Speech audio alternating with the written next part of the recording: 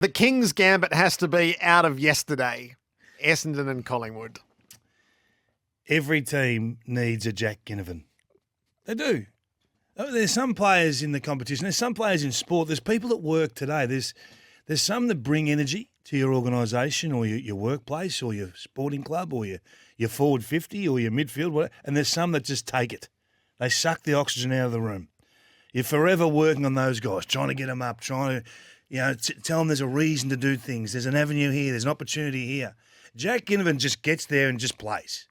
Now, those sorts of players are hard to find. We talked about him 3 weeks ago and just sort of said, well, what is he? He doesn't know what he is yet. But what he does is pretty good. He hits the scoreboard yesterday in a big way. And all of a sudden you start thinking, now we have to worry about a 10-gamer? Oh, really? And you can see when he does something, the whole group get to him. He's the energy. He's the energy.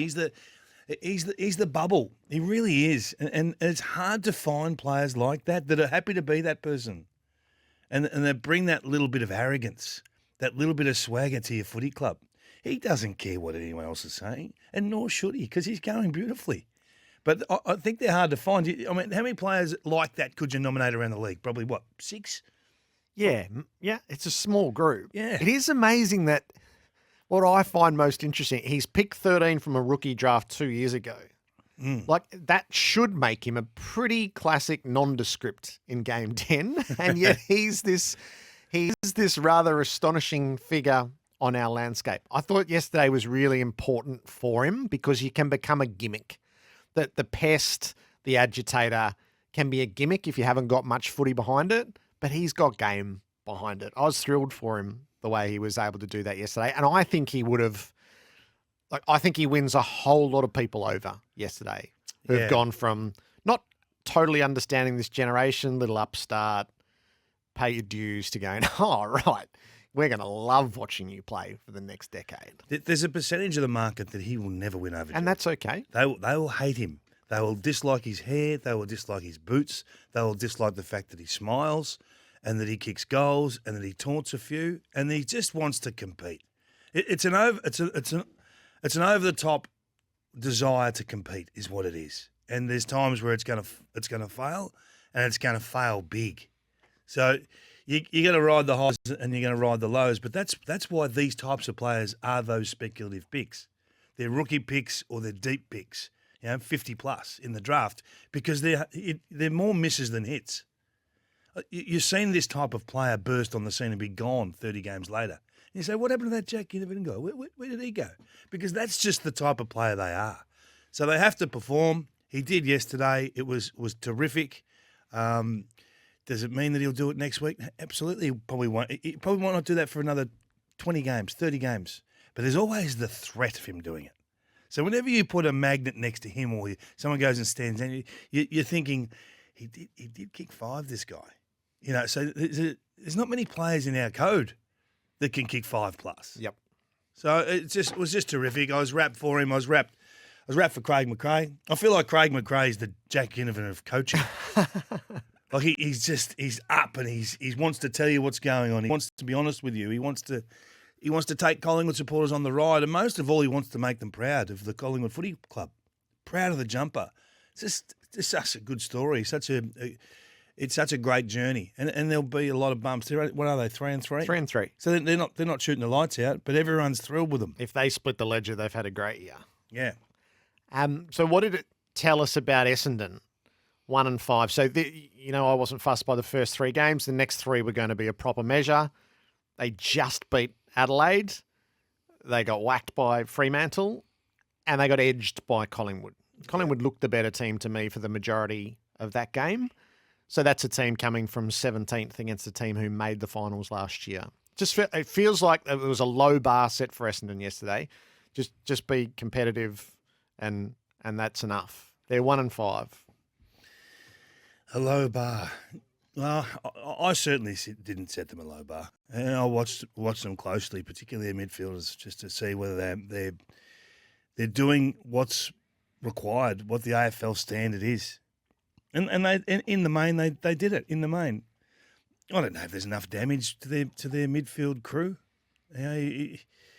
Do you really worry about, Darcy Parish getting the ball? Do you really worry about Andrew McGrath getting the ball? He had 30 touches, 2 scoring involved. Do you really worry about Zach Merritt at the moment? Beautiful kick. But what does it amount to? I think they've got to have a bit of a recalibration with what they're actually doing as a midfield and how much aggression should they be playing with. I think they've got to play with a bit more dare. But the whole footy world was watching them without the ball yesterday. What were they doing without the ball? I thought they were AFL standard. So they've got a decision to make. Is that them going forward, or do they relapse, or do they bring players back into the team that they know are not going to buy in? So to me, it's about your conversations, and that's why they find themselves in this awkward space where they're probably not sure who they are. They're probably not sure where they are as a footy club. Do you have non-negotiables, or do you just have words? So that's the real discussion they've got to have. And if they don't have it, 2022 becomes a lie and it feeds into 2023, and you just never find utopia. You never find what you never find what you should be. You never realise yourselves as a footballer. There's a stack of talent at Essendon, a stack of talent. But for whatever reason, they still find themselves here. But there was a start yesterday. It was a start. But, there's still a long way to go. The big issue feels like the Western Bulldogs because of where they were last year compared to this year. So 6-0 last year, 2-4. We referenced a couple of weeks ago, no one would jump off the Bulldogs, although it was a little harder to say exactly why you wouldn't. As long as they won this stretch of games, they had a 4-game stretch where they needed to run the table and put things right. And then they came aground against the Crows in Ballarat. Yeah, so there's many ways of looking at the Dogs, okay? And one is, how do you max? They had to win this game. They had to find a way to win this game. And so to set up to win this game, and it's a constant discussion about Marcus Bontempelli. So first centre bounce, he's not in there. He starts forward, and I think, okay. So bear in the back of my mind, right now in the AFL competition, if you win the first quarter, if you are in front, albeit by 1 point, you win 75% of games. So the first quarter is not just let's get rolling, let's throw a few jabs, let's just work our way into this fight. No, it's hit and start swinging. Let's go. So Marcus Bontempelli starts forward. He finishes the game with 16 disposals. He's not even a headache. He's not even a headache. Oh, this guy needs to be a migraine for the opposition coach's box. He's not even a headache. He plays 65% of the game forward. He has 3 disposals in the forward 50. One of them was with 30 seconds to go where he kicked that goal. So really, he hasn't touched the ball forward. So now I'm not saying you can review this in hindsight. Yeah, we're going to review the game in hindsight. But are they good enough in the middle to have Bontempelli forward is my question. And I don't think they are. They're a little bit like the Bombers. They get a lot of numbers and the ball flicks around and everyone walks off the ground with 30 touches, but there's not really a lot comes from it. It was 20 minutes before he touched the ball, Marcus Bontempelli. 20 minutes. So it was the same situation with Isaac Heaney yesterday. So Isaac Heaney, he was the reverse. He was getting beaten by Blake Hardwick. And John Longmire had to find a way to get him into the game. You can't have Marcus Bontempelli forward for 20 minutes in a game where it was 6 scores to 2 for 20 minutes in, knowing what we know about first quarters. He had to start first bounce in the middle. He has to go in for every centre bounce. I don't think it's that taxing to then roll forward after that and have someone else roll up and play the Dustin Martin role. The Crows took 26 intercept marks, 26. So the Dogs just continually kept kicking the ball back to them. How many of those do you reckon Bontempelli kicked? How many of the 26? None. He's their best ball user. He's their best decision maker. He is their only or their prime asset. So give him a prime opportunity. I think it's nonsense that he can become a 50-goal kicker for the year as a full forward or as a key forward. I think you're living a lie. I think that you make the most of this guy. You put him where he's his best, and that is as a top 3-4 midfield commodity in our competition. You put him in there, and you challenge the opposition to say, "Gee, we need to do something about Bontempelli." And then as soon as that, you feel that in the coach's box, when he's had 12 touches in 15 minutes of the first quarter, as soon as you feel that the opposition is going to do something, then maybe throw him forward. And then they're, okay, hang on, now we can't do that. No, he's gone forward. We've got to make a change here. And then all of a sudden he's back on the ball. That's what they should be doing with him. You know, they lost the inside 50 count by 15. You know, Bontempelli only kicked the ball inside 53 times. So I don't think they're good enough to have Bontempelli at full forward. So you did 0-0 ahead of the first game of the season, and through 6 rounds, that's the truest observation that was made. Any team, any tactic, is they are one or bust. Yeah, and I get what Luke Beveridge is doing and why he's doing it, because he knows that as well. So in the back of his mind, he's thinking, how do I give this kid a chance? You know, Aaron Norton's still in a young key position player. I need someone down there to help him. I don't have the answer. I don't, but I don't think Bontempelli is a solution. And I'm happy to look at some sort of evidence to show that he is. And don't give me a first quarter against the Kangaroos. Don't give me that. No one's walking into a match committee today. Say, hey, we did this against the Kangaroos. No one. And if you do, leave your keys on the desk. So how broad do you think the Bulldogs' worries are? No, they're in real trouble. They're in real trouble. And again, it's not the winning or the losing. It's the manner. It's the manner. It's the how. And I think that at the moment there's far too many holes in what they're doing. They simply just don't. They don't play the contested brand that they've been famous for. Really, over the last 5 years, they've been one of the tougher teams to play against in terms of having to front up, having to win contest after contest after contest, and then watch them flick that ball around with those little handballs and work their way through you. And all of a sudden, they go into a forward line that's one-on-one. They just don't win the contests at the moment. They really don't. And their midfield has just become a little bit humdrum.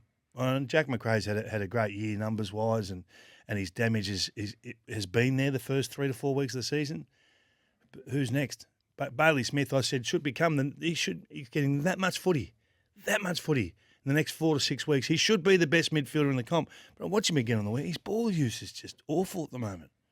Caleb Daniel, he can't kick the footy anymore. I don't know what's happened to him. So they've got to reprogram a couple. They've got to maybe challenge, maybe give a new position, new opportunity. Throw Caleb Daniel in the middle. He may only get 20 touches, but his 20 might be better than someone else's 40. They've got problems, Gerard. The round 6 means test with David King. I think the best bit, Kingy, is the Coleman medal leaderboard, which has been a bit of a mishmash, I reckon, for a few years. This year it reads Tom Hawkins 20, Joe Danaher 19, Jeremy Cameron 19, Max King 17, Zach Bailey 16, Charlie Curnow 16, Mitch Lewis 15, Aaron Norton 15, Isaac Heaney, Bailey Fritsch 15. Wow. Proper representation of our key forwards and our mid-sized forwards, with the little bloke Zach Bailey thrown in off the back of one big haul. And then Jack Higgins, Nick Larkey, Tom Lynch, Harry Mackay, Peter Wright, even Levi Casbolt. I really like that as a list. It's a great list. What would that cost you, that list, Gerard? Yeah. It's a pretty expensive list. So scoring hasn't increased, but I think that speaks of the way that the game has developed to allow for the big forwards to exert their influence in a way, which is the reduction in congestion and a bit of air around the ball, which I think is the tinkering with the game over a couple of years have finally delivered a better looking game. We're not going to restore the scoring, but I think restoring the key forward hasn't been a bad thing. No, we've given the key forwards a lot of luxuries this year, Gerard. You don't touch them, whatever you do. Don't touch them. You pose the question, Kingy, what do you want to hear from your coach? Yeah. In the post-match. So it's the event's gone on, and you've clearly won because you're not listening to your coach. If you've lost, you're already angry. I just heard this from Simon Goodwin. So just have a listen to this and see what you make of it. There was a lot to like in the first half. We came in at half-time. We were pretty relaxed in terms of where the game sat. Clearly the scoreboard wasn't in our favour, but Our ability to get the game looking the way we wanted it was in check. It was just a matter of connecting a little bit more forward of centre, and I thought, we ramped up our pressure a little bit in that third quarter and started to connect a bit better and hit the scoreboard, which was great. The ability to get the game the way we wanted to look was in check. So if that's all coaching, okay, so if he's looking at the game, and they were 3 goals, 12 at halftime. So the game is in balance. Yep. It was still 50-50. But the game looked the way he wanted it to look. So what does that involve? What does that – and it'll be different for every club and it'll be different for every coach. But that language is so powerful, isn't it? And I think we can quickly dust over that stuff. But the game looked the way we wanted it to look. And so you start watching the game again, you think, okay, well, shouldn't he be frustrated? The game should be over. So this is where there's a gap between how we talk about the game and how the coaches talk about the game. So they don't necessarily sit back and assess winning and losing. They assess how they're moving the ball, the components of the game, if you like. So they're assessing a stack of components that eventually, if they do to an 8 out of 10 standard, give them the win. So for him to say the game looked how we wanted it to look, I think it's really powerful. You agree? Yep. So your Be Afraid just sort of sits there for us with Melbourne, I think. Well, 9-22, they could have won by anything. Anything. Well, expected scores, and I'm not a massive believer in expected scores, so don't sort of hate me for this, but it had them as a 53-point win, and it was a 22-point win in reality. But we're all talking about the structural side of the game. So you either win it initially or you win it back. They're the two prime functions, okay?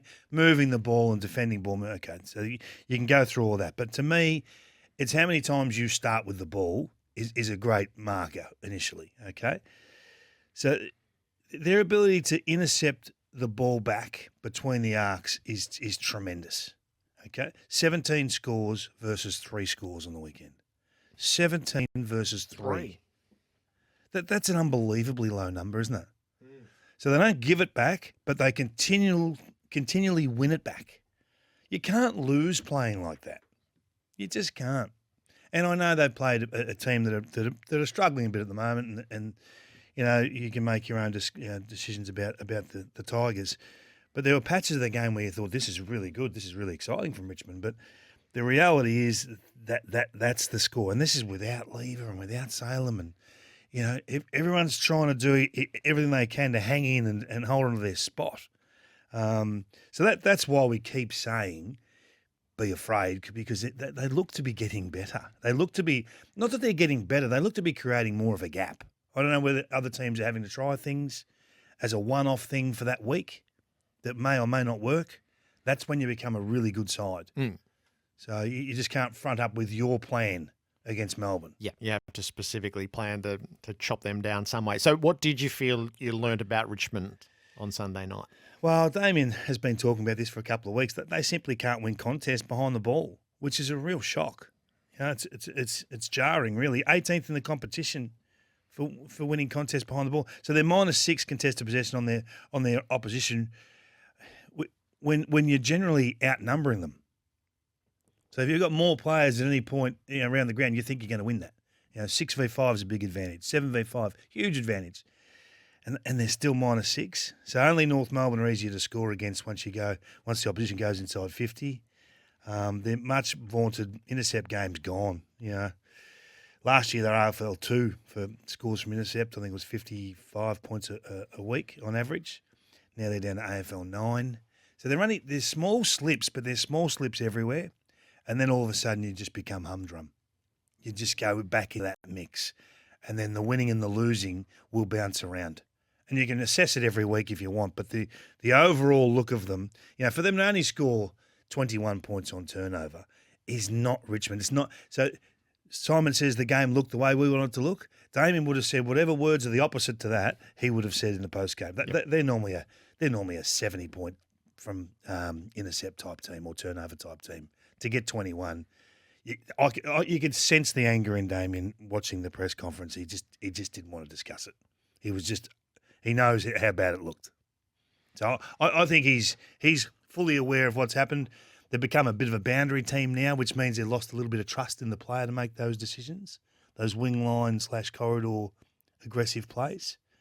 So this is the turning point, you know. Once the coach sort of says, we're going to go a little bit wide, you think, oh, he doesn't trust us anymore. He doesn't love us anymore. They're an interesting study in that by round 6, they know that they're not the contender. So I felt coming into the season that they might be able to be a contender to Melbourne on what we'd seen previously. That's clearly not the case. So what do you do now at round 6? So there's a few clubs, I think, who have got enough evidence after 6 rounds to know their lot. So you're not competing, you cast, wherever you are in between. And what are you going to do with that information now? There's 16 games to go, which is a huge amount of game time to do something with. Yeah.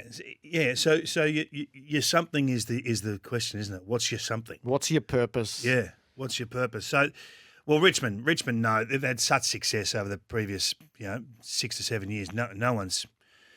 Richmond can do whatever they like, and their fans will be fine with it because they've got complete trust in the board and the coach and the decision makers.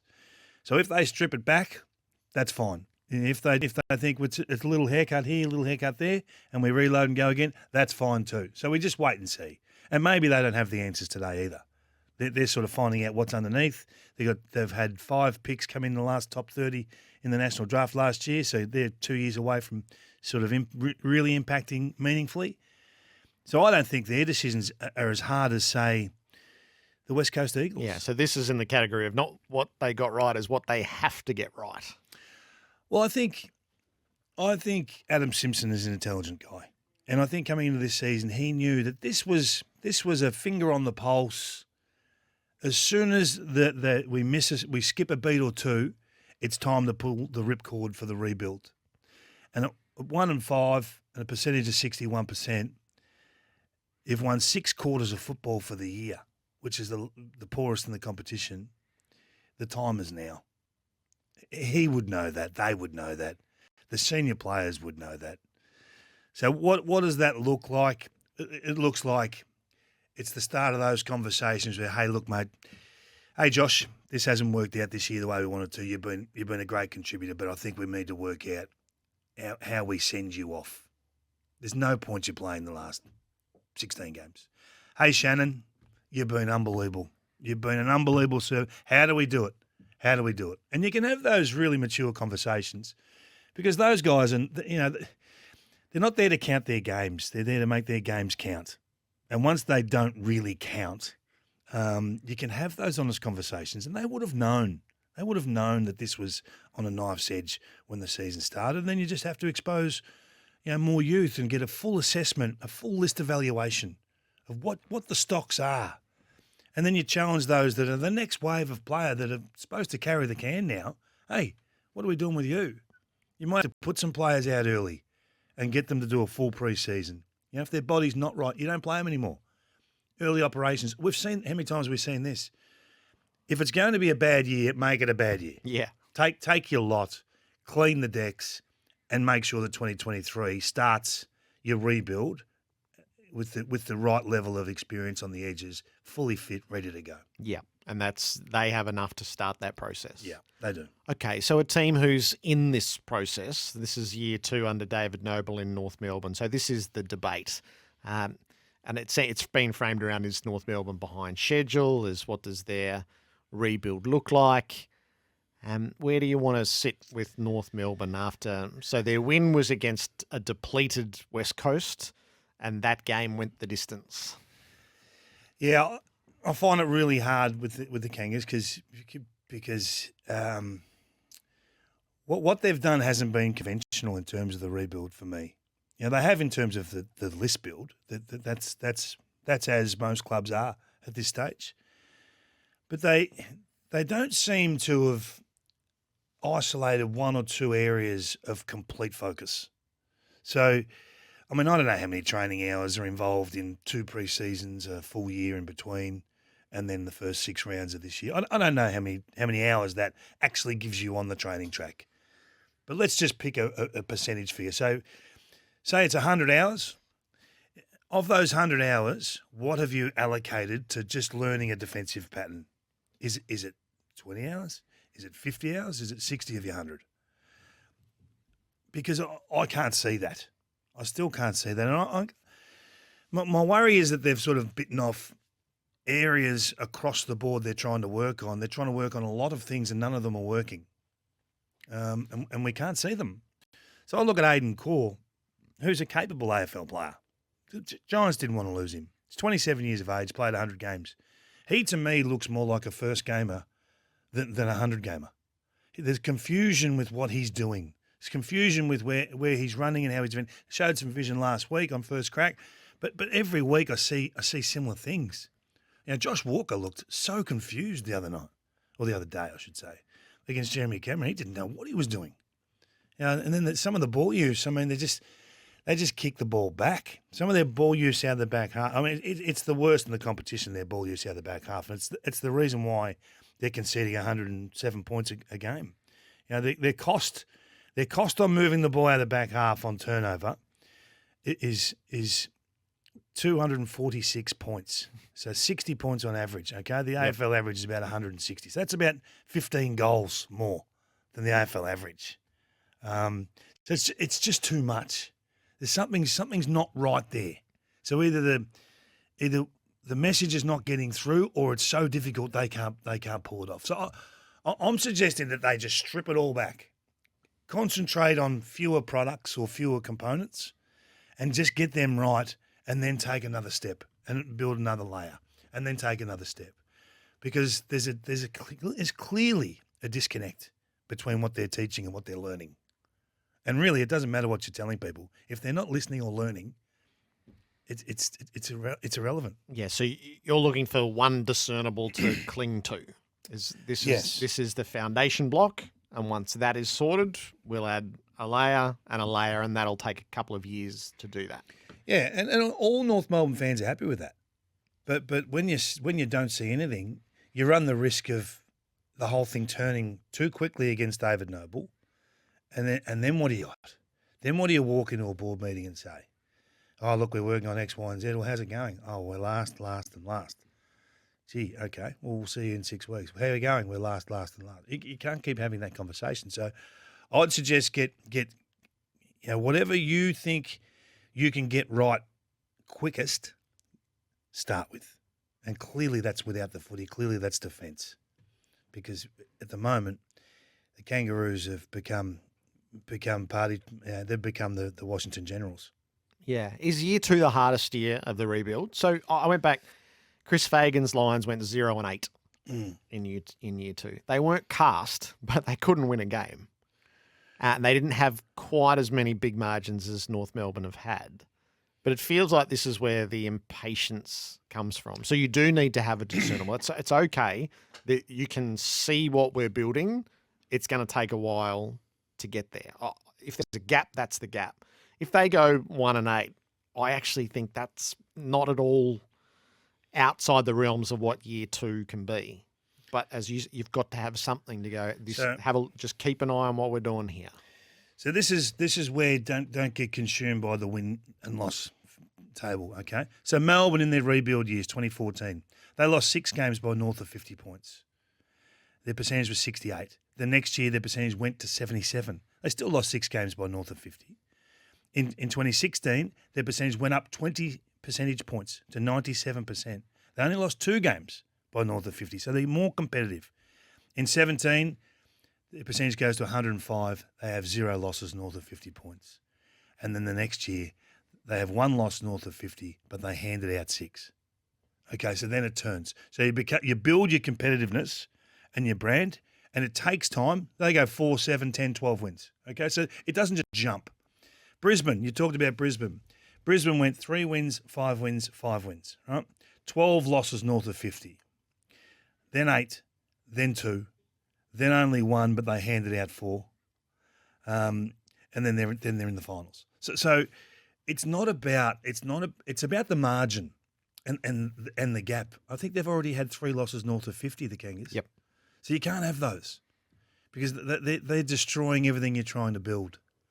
So 3 in 6 weeks, you're tracking back towards the Brisbane of 2016, which is 12 for the season.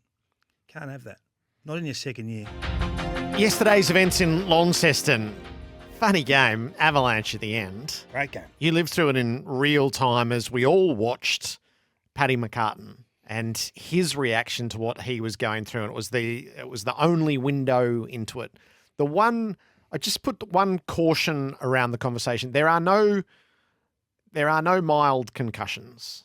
I think we are learning enough to understand that. And especially when you have the history that McCartin has. So I totally understand John Longmire going to the press conference and saying he's fine. And that's very reassuring. And I suspect it's done to push down the natural concern which we all feel. We feel it every time it happens with Will Pucovski on a cricket front. Without understanding the absolute intricacies of it, I think it hits everybody hard. But yesterday we graphically saw how it hit him. Yeah, and we all feel that, have that emotional impact. And you say, no, not Paddy, you know. And there's two components to this. The first component is how he plays and how he was put at centre-half back to not have this happen. And because he's such a warrior, he's running back with the flight more than any other player in the competition, unprotected, because that's just how he plays the game. And it's unbelievably admirable, and you've got full respect for how he plays and all that sort of stuff. But at the back of my mind, I keep thinking, John, will you just coach this out of this guy? Will you tell him that, you know what, one more intercept mark is not going to be the difference for winning and losing a given game or the premiership this year?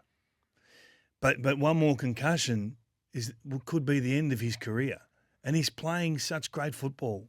And people say, well, hang on, you're saying he's playing great football. He's playing it because he's going back with the flight. I don't know whether you can coach one player different to the group. I don't know whether you can. But this is the perfect case if you can. And I think John Longmire is empathetic enough and smart enough to know that he wants the player at full health in 2022 rather than have this, be such an emotional fallout for his football club and such trauma for the player. Yep. So as a secondary point to that, is it just Paddy McCartin's decision to come back and play? Like, we've had this, it's not a concussion discussion, really, it's not. But we've seen what's happened with Daniel Venables, who's suing the league for $8 million because his life's been altered by an unsafe workplace. And we can't guarantee the safety of the workplace now. It's a dangerous field. Some people say, well, that's the risk you take playing football, but that's not the risk of the workplace. Everyone out there is afforded a safe workplace. Is it just his decision to come back to football, and does it just get the tick? Or is there another component to it at some point where the AFL say, you know what, we can't guarantee you a safe workplace, and given your history and your trauma, that they have to step in? Is that a logical discussion at some point? I think cricket has grappled with this on the Will Pucovski front. Is it just Will's decision? And I think the last time around a panel of medical experts was put together to fully assess his history to get that critical understanding. What should be of concern and what is less so. And they ended up differentiating between what had been the true instances of concussion and what had sort of been almost a neurological reaction to a knock to try to answer that question. So I think going forward is for players with a history of concussion, yes, it won't just be your decision. It's impossible to answer when that comes in this instance. It's coming though, isn't it? Because his return to the game has been so uplifting, but it comes with we well knew coming into this season there would be a moment. He had a head knock in the North Melbourne game where he left the field. And I think for 10 minutes we all sort of held our breath there and he returned and that was fine. And then he gets the 2 knocks yesterday. It was because we lived it so vividly through him. Yeah. This is the impact that it has on him. And we'll all be amateur medicos and psychs on the outside. Yeah, but it's whether within the game, it has to be addressed in real time. Yeah. We're not trying to make a story out of this. I just have sick in the stomach yesterday watching that game and the vision of him in the rooms and how we wrestled with whether to show it or not to show it because it is distressing, particularly for his family, having to watch that. But now the dust settles a little bit. You get the ability. You have the ability to have that conversation, and even if it is just from a strictly financial point of view from the game, at what point does he become? So is his life impacted to a point where we then have to have the Daniel Venables discussion? And there's are we ready for that? Are we comfortable with that? Because if we're comfortable with that, that's okay. But I don't know if we're ready for that. No, I still think that's imprecise. Yeah.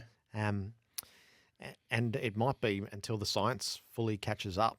I think we have a picture of the science and an accepted level without the full ramifications, which will take years to come through. And I knew the Temper text message would say this to me. I knew this. You can't coach contested ball accidents, Desi. Now, I understand. I agree. I sort of agree with what you're saying. I'm not rusted on either way. But for the sake of the player, can you coach that out of him is my question. And if you coach it out of him, do you have the same player? Is the argument that can come back at me. There's no right or wrong answer here. But I want to see Paddy playing AFL footy. And I don't want to see him in the rooms being assessed every 3 weeks. On the means test after round 6, Fremantle sits second 5-1. So just help me out. Does Fremantle have PFI, preliminary final integrity? I suspect they've played maybe 2 finalists, probably maybe only one. They got beaten by St Kilda at home. So they've built their profile well handling teams that I suspect are below them. So their profile looks awesome. I think it should look awesome. 5-1's a great position to attack from. I want to see them against the set. They haven't played any of the set of teams that I think are around them. Who are the set? Give me the set. Well, the rest of the teams at 5-1 are a good start. Okay. So Brisbane, Sydney, Geelong. So they've played St Kilda and lost in the West. And then they played Carlton, who were in the mix with them at 4-1, and they handled Carlton really well. And then below that is Collingwood and Hawthorn. So I think they're in the conversation. I've got them in the conversation between 2 and 6. Ooh. But what I want to know is, do they have PFI, or have they played a set of teams which have naturally built a profile because they are better? And it's a great endorsement. They are better than all of those teams that they've been occupying the same position of the ladder with for 2 and 3 years. I love when you tease your seedings somewhere between 2 and 6. They're an interesting one, Fremantle, because so I keep saying, and we have this, different wins premierships. You just can't be same. You can't play someone else's game and be better than them at it. You really can't. So I laugh when people say, they're playing Richmond's game plan. They're playing Melbourne's game. They're not really. They're playing their own way. So what's the one thing you don't want to do in AFL footy? And this is incredible. We just had the conversation with North Melbourne. They are the complete opposite. They've only coughed up 85 points from defensive half turnover. They are as safe in the back half. Bringing the ball out is done with a level of control until they get to a point where they explode at speed, when it's safe to explode at speed. So 85 points doesn't sound like a lot, but that's 15 goals less than the AFL average across 6 weeks. So they've saved 15 goals on the AFL average by just playing composed, safe football, sensible football. Statistically, that's brilliant. You're only trying to find 2 goals as a coach. Yep. Most games are decided by between 2 and 3 goals. So because they play that way, the ball doesn't bounce in and out of their defensive 50. They've conceded the fewest 50s in the competition. Okay? Only Carlton and West Coast have had more marks in the defensive half. So you watch them and you think, gee, they play fast. And then you look at the stats and you say, well, hang on, how come they got so many marks? So when people talk about playing with gears, this is exactly this. Safe until you get to a marker on the line. It's a little bit like basketball. Once you cross right, now we're going. As soon as you have that little scrimmage, we've won it. They kick lateral more often than not to find that first target, and then they're gone. And they got beautiful ball users. So that's terrific. So they have a great balance between safe and adventurous. Okay, and adventurous. Every metre they go closer to the middle of the ground, they then become more aggressive. The thing that's a bit of a stone in my shoe with them is that over the last 3 weeks, they've done an amazing amount of scoring from just their forward 50 work, whether that be winning the ball back, whether that be free kicks or stoppage work or whatever. So they're number one in the competition for forward 50 intercepts, 93 points across the 6 weeks, which is double the AFL average. So I look at that and I think 34% of their scoring from forward 50. Say Melbourne are 12%, Brisbane are 18%. That's a big number. So they got something special down there that's going to be you can capture for the year, or is that going to come and go and then they've got to find that score somewhere else? So right now they're a real mystery to me, Fremantle. They are. They're a total mystery. I love how they play. I love the way they're playing, and this is the Fremantle Football Club arriving to say we are a finalist. Lock them in for the finals, right? They're a finalist. Because it's so different, how far can it go? Now, we've seen safe football before. We've seen Richmond play safe football in 2016, gets to a final series, doesn't work. We've seen Geelong do it forever, gets to a final series. When you lose momentum for 5-6 minutes, the opposition put 4 goals on you. You can't recover. Doesn't work. Okay, so the new black, the new fashion in football is, take the contest, take the territory, fight the fight, 60 metres down the path. They're doing it different. So let's respect that it's different. You don't have to love it. They couldn't care less whether we like it or not. They really couldn't. Will this work against the big boys is always the question. So we see, I think they got Geelong this week. Yeah, they do. In Geelong? Yep. So and then they go North Melbourne, Suns and Collingwood. So I'm not delaying this and saying, oh, well, no, they have to play someone, they have to play. They don't. What they've done is brilliant and it's different. 2 big ticks. The ball use down back worries me because as soon as you play slow against a really seriously good team, they lock you. They lock you in and they gridlock. And then it becomes a tough game. But let's just respect what they've done without Nathan Fyfe. Yep. So he's one that he's a territory maker, Nathan Fyfe. Get ball in traffic, get it forward. So I'm really fascinated to see where they're going to be in your seedings. And if they're not in your seedings, I suggest you find another program, Jared. Another program. Oh, you've named this one your own. Actually, we can't do that. Melbourne, Brisbane. What do you got? I might have left them out. Oh no! They're going to get to. They're going to get to 8. They're going to get to 8 and 2, and that's not to discount 9 and 1. No, so they're a conundrum to me as well, just for the moment. What they can't get wrong. So the Giants scenario now with Leon Cameron at 1 and 5. What's to be done? What's to be done? The long goodbye is the most disrespectful aspect of our game. Everyone tells me, you can't move on a coach until round 13, round 14, round 16. They just pluck a number because it's in the back half of the year. So you end up hurting the family and the people you love of the coach for 10 weeks for no apparent gain. If you've made your decision that he's not your man, rip the Band-Aid off and get on with it. It'll be fine. The next person that comes in as the caretaker, it'll be fine. It'll work. Fresh start and away you go. Why is it such a problem that that's an extra 6 weeks or an extra 8 weeks or an extra random period you're going to pluck? To make a coach live a lie for that extra 10 weeks is so disrespectful and demeaning, and to have the constant conversation, I think it's a nonsense. So if you've made your decision, rip the Band-Aid off, do it with grace, do it with respect. If it means a little payout, it means a little payout, so what? But if he's not your man, he's not your man. If you haven't made that decision, then I'm not sure what indicators you're looking at. I'm not sure what metric you're going off. The season's over for the Giants. So if you want to talk like losers and argue around in circles, you can say, oh, no, we can still do this and we can still. They're not making finals. They're not. And even if they do on some outrageous vision you've got, he still might not keep his job anyway. So you go for another 16 weeks to hack and scrap and fight and do all those things, they'll still make the same call anyway. So I just think it's this long goodbye doesn't work. Never has in our code, whether it's a player or a coach, but more particularly a coach. If you've made your call, do the right thing and respect the person who's been so good for your football club on the way out. So I think it's always probably been framed the opposite way, as the respectful thing to do is run a period of time, but you think that it's counterintuitive.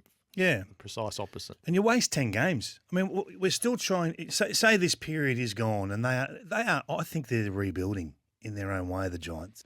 And I think there's another opportunity in 2-3 years' time for them to rise back up, given the older statesmen that they've got there that are still going to be there. So if that's the case, don't waste this 10 games. Why would you set fire to 10 games living a lie? I don't understand that. Yeah. So if those conversations haven't been had, I imagine at the club it's having them this week once you know that you're 1-5. We'll sneak a couple of calls in. You want to mention St Kilda before we get to our seedings as well. Ron's in West Meadows. Hello to you, Ron. Good morning, Jared. How are you? Very well. Just ringing up, querying the Brodie Grundy 50-metre penalty from last night. I had a bit of a background in umpiring, and the rules when I was back umpiring stated if a player chose to play on other than over his mark, the umpire should call play on. Now, it doesn't say whether he has to hand pass or kick the ball. Now, watching the game, Grundy really went to hand pass but then pulled the hand pass back. I felt the umpire should have called play on then and not penalised the Essendon player 50 metres. Yeah. Well, the stand rule is really simple, and Nick Hind has to stand still until play on is called. And Grundy really only flinched rather. So I didn't think he feigned anything. I'm totally anti the faking to milk it, but that wasn't what happened. I think he flinched and then changed his mind. And Hind did the one thing you're not allowed to do, which is jump to cover the player running by. I couldn't have done a lot on a footy field when you're a bit too little and a bit too scared. But the one thing I could have done What's that? was stand still on the mark. You, in fact, did that a lot. I could in have your followed football that career. instruction really clearly. Stand, no worries. You did that when the ball was bouncing around. 2 hands in the air, stand still. I think the culpability is 100% on Nick Hind. But you'll get a better hearing Ron with Kane when he comes around. Quick on the Saints, Kenny. Hey, the Saints have won 11 of their last 12 quarters. 11 of their last 12 in some serious form. We're all talking about Jack Higgins. He's reading the game perfectly, seeing them like pineapples, Jared. He's smelling the turnover and he's getting forward. You can argue what that is. And before any feedback comes, Damien Barrett's bashing me about saying drop Jack Higgins. But then in the same conversation, they will talk about Essendon not having standards. This is the discussion. The discussion we had was about standards and setting standards. So if you want to play like this, the individual will get reward. You can kick 5 goals a week charging forward at the wrong times. You can. But you don't last in a team environment. So the conversation was had with Jack, whether you believe it or not, whether you're naive enough to think that wasn't raised with Jack or dumb enough to just close your eyes and think it didn't. His form's been outrageous. The kid can play. We know that. He's in serious touch. But it's bad. Just got to be careful that he's not 1 second early. It's okay when it's working, but when it fails big. Love the way the Saints are playing. Really aggressive, really honest footy. Pressure through the roof. Really love the way the Saints are playing. In the catchment of players who would make up your best 5 in the competition right now, would Higgins be in the shortlist? We just tried to knock one together, didn't we? Yeah. He's in my 5. Yeah. It's just a matter of where. He's in my 5, and he's up there with guys like Cripps and Petrarca and Oliver, and Heaney and Higgins are hard to split right now. Who's more in form, Isaac Heaney or Jack Higgins? Yeah, it's a good question. I don't have the answer. You'll find whichever player you like, but they're doing it in different ways. Tex Walker would be in there if it wasn't just 3 games. Andrew Brayshaw. It's very hard to narrow down. Lockie Neal's fallen out. He's unlucky to fall out. Hard to narrow the top 5. Do you want to have a stab at it or just leave it to sit there? I'll have a stab. Go on. I go Cripps still number 1. I thought he was brilliant again on the weekend. Petrarca 2. Oliver 3. Jack Higgins 4, and at 5, I'm just gonna put Andrew Brayshaw. I don't know how he fell down 2 spots from last time with his, but he somehow has. Yep. Well, Higgins and Brayshaw are prominent in the coaches' votes. All right, we've got the seedings to come to round out the round 6 means test. There's a bit more hanging on these than I had imagined. They're a frivolous exercise. Surely you've caught on to that by now. Not today. What do you want to do with the seedings after round 6, David King? I want to hear yours. Yeah, I don't like mine at all. Well, one's easy, isn't it? One's easy. That's One's Melbourne. easy. So just as we quickly spin through, can I just throw another number on there? They've won 18 of 24 quarters. Yep. That's seriously good, isn't it? They haven't given many a sniff. 4. Who are you going to put at 4? At 4. I'm welcoming the Saints to the party. Ah, okay. Yeah, I think if you're going to play with the adventure they do, third best team in the comp with the football and second best without it. You can't do much better than that. Their evidence is right in front of us, so it'd be disrespectful not to put them in, Gerard. The Swans were going to be nowhere near it until they reeled off 9 goals to 1 in a mesmerising burst at the end. So they've won their way back into 4th for me. 3. Fremantle. So I've had a real shake-up this week. Yeah. And I think that, I'm a big believer in everything that you do without the football is a complete buy-in. If you've got your players putting on pressure and winning the ball back, they're the best in the comp at the moment without the footy. They're in at 3. I'm going 3 Brisbane Lions. 2. Brisbane Lions for that exact reason. I think they're just stacking wins. The one thing is they're so healthy, Gerard. Yeah. You have to bank them. I was an early adopter on St Kilda. I'm shuffling them up. I think 5 in a row outside of Melbourne is going to be so hard to do this year. So they're at 2 and Melbourne's at 1. Geelong and Fremantle are in the play-in game for me. The winner goes into the Seedings next week.